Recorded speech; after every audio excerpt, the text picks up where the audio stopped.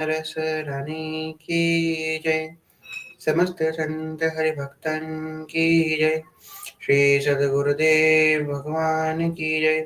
दादा गुरुदेव भगवान की जय। जय जय श्री राधे श्याम। जय जय श्री राधे श्याम। जय जय श्री राधे श्याम। जय जय श्री हरिवंश। भक्ति भक्त भगवंत गुरु चतुर नाम वपु एक। तिनके पद वंदन किए नासहि विघ्न अनेक। जनक सुता जग जननी जानकी। अतिशय प्रिय करुणा निधान की। जाके जुग पद कमल नवाऊं। तासु कृपा निर्मल मति पाऊं। महेश्वरी क्रियेश्वरी स्वधेश्वरी सुरेश्वरी। त्रिवेद भारतीश्वरी प्रमाण शासनेश्वरी। रमेश्वरी क्षमेश्वरी प्रमोद काननेश्वरी। ब्रजेश्वरी ब्रजाधिपे श्रीराधिके नमोस्तुते। प्रथम श्री सेवक पद सिरनाऊ। प्रथम श्री सेवक पद सिरनाऊ। करो कृपा श्री दामोदर मुँह पे। हरिवंश चरण रति पाऊं। प्रथम श्री सेवक पद सिरनाऊ। गुण गंभीर व्यास नंदन जुके। तो प्रसाद सुरस रस गाऊं। नागरिदास के तुम ही सहायक। रसिक अनन्य प्रति मन भाऊं। प्रथम श्री सेवक पद सिरनाऊ। प्रथम श्री सेवक पद सिरनाऊ। श्री हरिवंश में शरण। शिवगढ़ साकार क्या कारण कृपा के फलस्वरूप श्री राधा कृपा के फलस्वरूप आप हम सब यहाँ एकत्रित हुए हैं सेवा पाणी की कथा को श्रवण हेतु। कल की कथा में हम सबने श्रवण किया वो छप्पे नाभाजी का। हरिवंश गोसाई भजन की रीत सकृत को जानी है। ये शब्द हमने श्रवण किया। प्रियादास जी का वो पद हम लोगों ने प्रवेश ही किया था, पूर्ण रूप से श्रवण नहीं किया। आगे आज उसी पद का आश्रय लेकर के आगे की चरित्र हम लोग श्रवण करेंगे। हेत जो किरीत किसने किसने पद हैंडलेस कीजिए अपना। हेत जो किरीत को लाखन में जाने हेत जो किरीत को लाखन में जाने राधा ही प्रधान माने पाछे कृष्ण जानी है। राधा ही प्रधान माने पाछे कृष्ण ध्याई है। निपट विकट भाव होत ना स्वभाव ऐसो। निपट विकट भाव होत ना स्वभाव ऐसो। उन्हीं ही की कृपा दृष्टि नेक क्यों पाई है। विधि और निषेध छेद डारे प्राण प्यारे ही। जिए निज दास ने से दिन वही गाई है। सुखद चरित सब रसिका विचितानी के सुखद चरिता सब रसिका विचितानी के जानत प्रसिद्धता कही के सुनाई है हित जो किरीत को लाखन में जाने एक राधा ही प्रधान माने पाछे कृष्ण ध्याही है हित जू की रीत को लाखन में जाने एक राधा ही प्रधान माने पाछे कृष्ण ध्यानी हम लोगों ने कल भी कथा में श्रवण किया था स्वामी जी आगे आगे हैं ठाकुर जी पीछे पीछे हैं यही हित जू की रीत है यही प्रेम की रीत है निपट बिकट भाव होत न स्वभाव ऐसो उन्हीं की कृपा दृष्टि नेक की हो पाई और इस सामान्य रूप से ये राधा चरण प्रधानता सामान्य रूप से हर किसी के हृदय में प्रकट नहीं हो सकती जब तक उसे श्री वृंदावन धाम की कृपा नहीं हो वृंदावन के रच का सेवन ना हो तब तक उस पे ऐसी सहज रूप से जो कृपा है ये कृपा जो राधा चरण प्रधानता की कृपा है रसिकों की जो कृपा है वो वृंदावन की रच के बिना ब्रजवासियों के संग के बिना रसिकों के संग के बिना और हरिवंश नाम के बिना कभी प्राप्त नहीं हो सकती विधियो निषेध छेद डारे प्राण प्यारे जिए निज रास से दिन वही गाई है विधि और निषेध छेद डारे प्राण प्यारे ही है सब विधि निषेध धर्म कर्म जाति कुल सबका उन्होंने खंडन करके एकमात्र विशुद्ध प्रिया भक्ति स्थापना करी हर प्रकार का व्रत हर प्रकार का नियम किसी की यहाँ प्रधानता नहीं है सिर्फ और सिर्फ एक नियम है अनन्यता का नियम हमारे संप्रदाय में सिर्फ एक व्रत है सारे व्रत और कोई व्रत नहीं है हमारे यहाँ न किसी तिथि का ना किसी वार का ना किसी पर्व का कोई व्रत नहीं है पर एक बहुत बड़ा व्रत है वो है अनन्यता का व्रत और ये सबसे कठिन व्रत है अनन्यता का बाकी व्रत तो क्या है कि भाई थोड़ा सा खाना पीना बंद कर दिया या कुछ अमुक आचरण कर लिए कुछ चीजों का पालन कर लिया व्रत पूरा हो गया पर ये अनन्यता का जो व्रत है ये श्वास श्वास से रखने वाला व्रत है एक एक श्वास श्वास पे व्रत को साधना पड़ता है ये बड़ा कठिन व्रत है यही हमारा अनन्यता का व्रत एकमात्र हित में बताया गया है जिए निज दासनी से दिन वही गाही है सुखद चरित सब रसिक विचितनी के जानत प्रसिद्ध कहा कही के सुनाई है तो हम लोगों ने श्रवण किया कि राधा वल्लभ लाल जी को लेकर के भिक्षु पधारे मदन टेर में कृष्णदास जी एवं मनोहारी दो उनकी जो पत्नी उन्होंने राधा वल्लभ जी की खूब सेवा करी जब मदन टेर में पधारे तो आसपास जो अब उस समय क्या होता था दिल्ली से आगरा जाते थे एक्सपोर्ट इंपोर्ट दिल्ली से आगरा जाते थे तो बीच में पड़ता था वृंदावन तो वृंदावन जब बीच में पड़ता था यमुना जी पहले बहुत विशाल थी बड़े बड़े जहाज यमुना जी में चलते थे तो व्यापारियों का रुकने का जो ठहरने का जो स्थान होता था वृंदावन धाम होता था वृंदावन एकदम जंगल था उतनी महत्वता उसे वृंदावन की खत्म हो चुकी थी उसे तो प्रकाशित करने आए थे वृंदावन को प्रकाशित करने जो आए पधारे थे तो कहते हैं कि वृंदावन धाम में व्यापारी रुके करते थे आकर के और वो एरिया जो था जिस मदन टेर के साइड वाला एरिया उस जगह का नाम था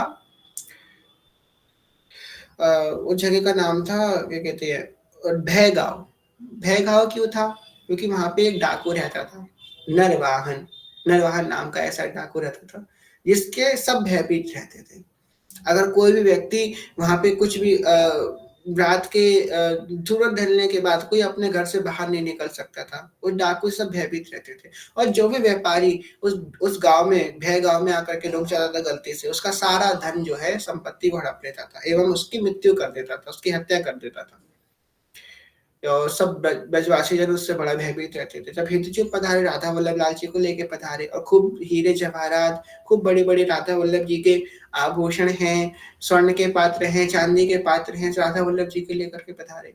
ये जो ब्रजवासी थे उन्होंने हितजी महाराज से कही, देखिए गोस्वामी जी, आप यहाँ पधारे हैं ठाकुर जी को लेकर के, सब आते थे नित्य ठाकुर जी के अष्टयाम में, खूब प्रेम बढ़ रहा था। ब्रजवासियों ने कही, पर यहाँ पे एक डाकू रहता है जिसका नाम है नरवाहन। नरवाहन नाम का डाकू है, वो बड़ा ही भयावह है, सबको भयावह, सबको डरा करके रखता है।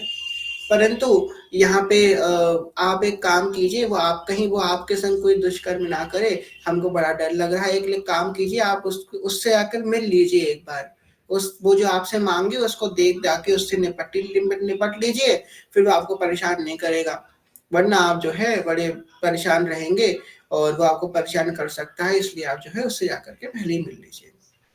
हितजू ने कही कि हम राधा वल्लभ लाल से मिल लिए हैं, इसके अतिरिक्त और हमको किसी से नहीं मिलना। यही है पूर्ण शरणागति। सबसे सबसे पहला लक्ष्य शरणागति का यही होता है, भय का नाश होना। किसी भी प्रकार का भय नहीं होता, ना प्रारब्ध का भय होता है, ना कर्म का भय होता है, ना जन्म का भय होता है, किसी भी प्रकार का कोई भय नहीं होता शरणागत को, क्योंकि भगवान के शरण में है। द्रौपदी के पास जब कोई साधन नहीं बचा, तब उन्होंने किसको पुकारा? जब जानकी नाथ सहाय करे तब, कौन बिगाड़ सके नर तेरो। दुष्ट दुशासन निर्बल द्रौपदी, दुष्ट दुशासन निर्बल द्रौपदी, बढ़ गए चीर के भार घनेरो, जानकी नाथ।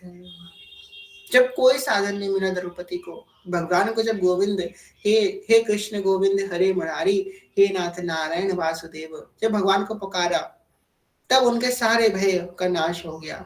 गजेंद्र ने जब भगवान को पुकारा पूर्ण शरणागति से, तो उसके सारे भय का नाश हो गया। और इस बात में स्थिति रहना, देखिए विभीषण जी कहाँ पे रह रहे हैं? रावण में, लंका में रह रहे हैं, और जो उनके जो प्रभु है, उनका सबसे बड़ा दुश्मन जो रावण है, उसके भाई हैं वो। सोचिए ऐसी परिस्थिति में उनके घर का एटमॉस्फेयर कैसा होगा। हम लोग अपने घर का शिकायत करते हैं कि हमारे घर में भक्ति भाव का माहौल नहीं है, एटमॉस्फेयर अच्छा नहीं है, हमारा भक्ति मन नहीं लगता। उनके घर का एटमॉस्फेयर देखो, उनकी माँ भी पिशाचिनी है, उनका भाई भी राक्षस है, कैसा उनके घर का एटमॉस्फेयर होगा। जहाँ पे लंकापुरी में कोई अगर यज्ञ कर रहा हो तो उसको पकड़ के कच्चे खा जाते हैं राक्षस, ऐसी लंकापुरी है, वहां पे विभीषण जी रह रहे हैं। ऐसी परिस्थिति में रह करके ऐसी भक्ति करी विभीषण जी ने कि जब राम जी से मिले विभीषण जी, तो राम जी ने पता उनको देखते ही क्या कही, तुम सरी के भक्त प्रिय मोरे, कि तुम जैसे भक्त ही मुझको प्रिय है विभीषण जी, आप जैसे जो भक्त हैं। अनुकूलता में तो सब भजन कर लेते हैं, अनुकूल अनुकूल हो, आपके पास को बढ़िया बढ़िया सामग्री हो, भगवान को भोग लगाने को, भगवान को श्रृंगार करने को, तो सब कर लेंगे। पर भाव से, अभाव में, जब अभाव होता है तब भाव काम आता है। स्वभाव में तो जब सब कुछ उपलब्ध है, तो भाव ज्यादा प्रतिष्ठा नहीं होती है भाव की।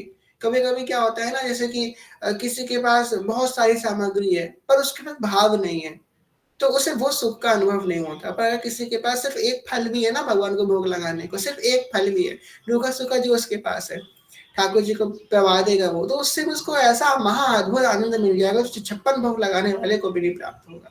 ये भाव की बात है, प्रेम की बात है। प्रेम पूर्ण कर देता है हर एक चीज को। जहां कभी कोई कमी होती है ना किसी भी चीज की, वहां प्रेम डाल दो।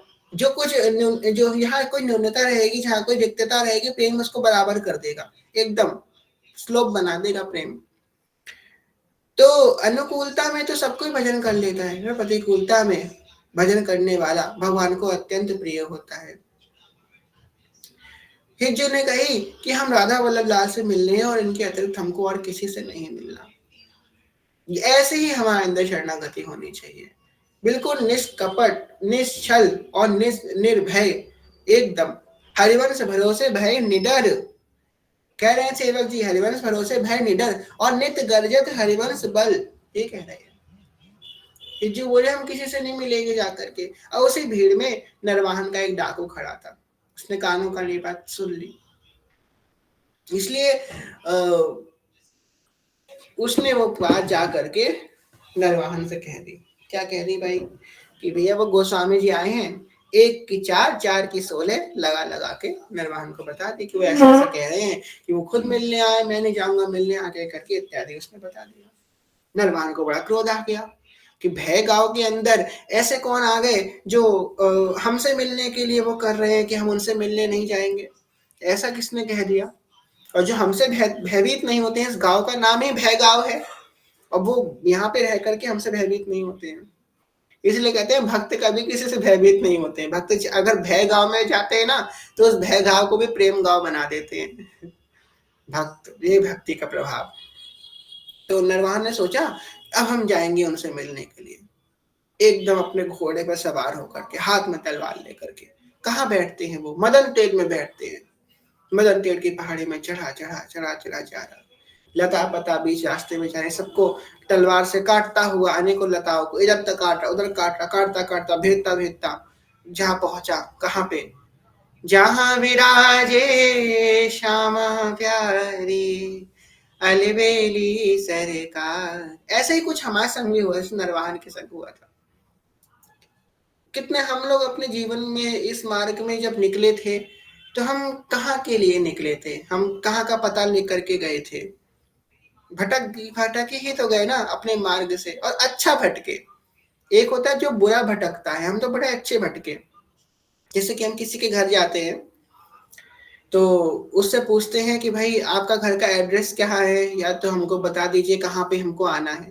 तो जब हम उससे ये बोलते हैं कि भैया कहाँ आना है, तो हमसे सबसे पहला प्रश्न क्या करता है कि भैया आप इस समय कहाँ पर हैं। हम किसी के घर जाए तो उससे पूछे भैया कहाँ आना है, तो वो हमसे पूछेगा आप इस समय किस जगह पर हैं, तो वहीं से रास्ता बताते हैं आपको आने का। यही साधक का जीवन होता है।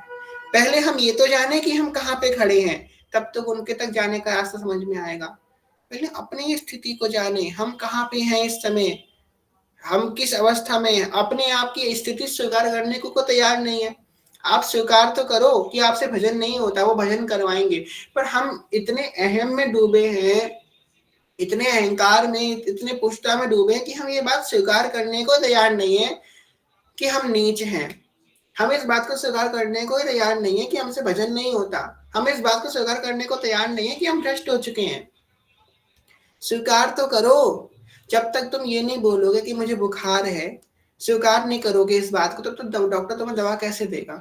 हम वो पता है क्यों नहीं स्वीकार कर पा रहे, अपनी अहमता के वशीभूत। इतना अहम है हमारे अंदर, इतना अभिमान है कि नहीं नहीं नहीं ऐसा तो हो ही नहीं सकता, ऐसा तो हो ही नहीं सकता। मान लो इस बात को, तभी प्रभु तुम पे कृपा करेंगे, अनुग्रह कर देंगे। तो हम लोग वही बात कह रहे थे आप लोगों से कि जब हम लोग निकले थे इस मार्ग पे, तो कि यहाँ के लिए निकले थे। इस गली का तो हमको रास्ता भी नहीं पता था। अभी तो इस गली के किसी व्यक्ति से हमारा परिचय भी नहीं था। कहाँ था इस गली के किसी व्यक्ति से हमारा परिचय, ना इस गली में रहने वाले किसी को जानते थे, ना इस गली का रास्ता जानते थे, ना इस गली के बारे में कभी सुना था। कैसे पहुंच गए इस गली में। जरूर वो राधा वल्लभ लाल ही हमको हमारा हाथ पकड़ के इस गली में ले आए होंगे, तभी हम इस गली में आ गए। और निर्वाहन की तरह हम लोग भी एक सामान्य व्यक्ति की भांति राधा वल्लभ लाल से मिलने के लिए जा रहे हैं। वैसे ही निर्वाहन भी गया। कौन है देखें, हिज्जू। और हिज्जू वहां पे बैठ के राधा वल्लभ लाल को निहार रहे थे। हिज्जू गा रहे हैं, कहाँ कहूँ नैन की बात, कहाँ कहूँ नैन की बात, ये अली प्रिया बदन अम्बुज रस, अटके अनत न जात, कहाँ कहूँ नैन की बात, कहाँ कहूँ इन नैनन की बात जब जब रुकात पलक संपुट लब अलप कलप है जात कहाँ कहूँ इन नैनन की बात कहाँ कहो इन नैनन की बात। देखो माई सुंदरता की सीवा ब्रज नव तरुणी कदम्ब नागरी। देखो हमारी वंशिका सखी ने टीपी लगाई है बहुत सुंदर। कुछ ऐसे ही दृश्य हो रहा होगा, हमने पिन कर दिया, आप लोग देखिए। हित जो बैठे राधा वल्लभ जी का लाड लड़ा रहे हैं, ये पिन कर दिया है, देखिए ऐसे ही होगा कुछ दृश्य वहां पे। और हित जो की पीठ है जिस तरफ, पीछे से नरवाहन आ रहा है भिड़ता हुआ। नरवाहन ने जैसे ही एक अंतिम डाली पे पहुंचा, उस अंतिम डाली को भेदा, ऐसे डालियों में हलचल की आवाज आई। हितजू ने अपने नेत्र को पीछे करके देखा, कौन आया है। देखा कि कोई व्यक्ति खड़ा है। बस कहते ना, एक पल का भी जो पल है उतनी देर के लिए नरवाहन की तरफ देखा और फिर वापस राधा वल्लभ जी की तरफ देखना चालू कर दिया। उतने जो पल के पल का जो नैन मिले हितजू के नरवाहन से, और फिर हितजू ऐसी सेवा में बैठ गए, उतने क्षण के जो नैन मिले वो नरवाहन उसमें बिक गए। नरवाहन प्रभु निहारे लोचन भर घोष नार नख सिख सौंदर्य काम दुख निकंदिनी। बस निहाल हो गए नरवाहन और वापस अपना घोड़े को पीछे उल्टे पैर दौड़ा करके वापस अपने किले में जाकर के चले गए उनके। और बस जाकर के चुप्पे चाप किले में बैठ गए, जाकर के किसी से कुछ बोलना नहीं, एकदम गुमसुम रहना। फिर जिस व्यक्ति ने उनको ये बात बोली थी कि वो ऐसे ऐसे बोल रहे हैं, उस व्यक्ति को बुलाया, उससे बस एक प्रश्न किया, बस एक बात बोलना नरवाहन कि वो मदन टेल में जो बैठे हैं, जो राधा वल्लभ जी की सेवा कर रहे हैं, उनका नाम क्या है। तो उसने बोला उनका नाम है हरिवंश। बस ये हरिवंश नाम को सुनते ही नरवाहन अपने आप को कमरे में बंद कर लेते हैं। हा हरिवंश, हा हरिवंश, मेरा जीवन है हरिवंश, मेरा प्राण हरिवंश। इस प्रकार हरिवंश नाम का उद्घोष करते करते विलाप करने लगते हैं। श्री हरिवंश गुरु हरिवंश प्राण हरिवंश मेरो जीवन हरिवंश। श्री हरिवंश गुरु हरिवंश प्राण हरिवंश मेरो जीवन हरिवंश। जय जय राधा वल्लभ श्री हरिवंश, जय जय श्री वृंदावन श्री वनचंद्र। हरिवंश हरिवंश हरिवंश हरिवंश हरिवंश हरिवंश हरिवंश हरिवंश हरिवंश हरिवंश हरिवंश मेरो प्राण हरिवंश मेरो जीवन हरिवंश।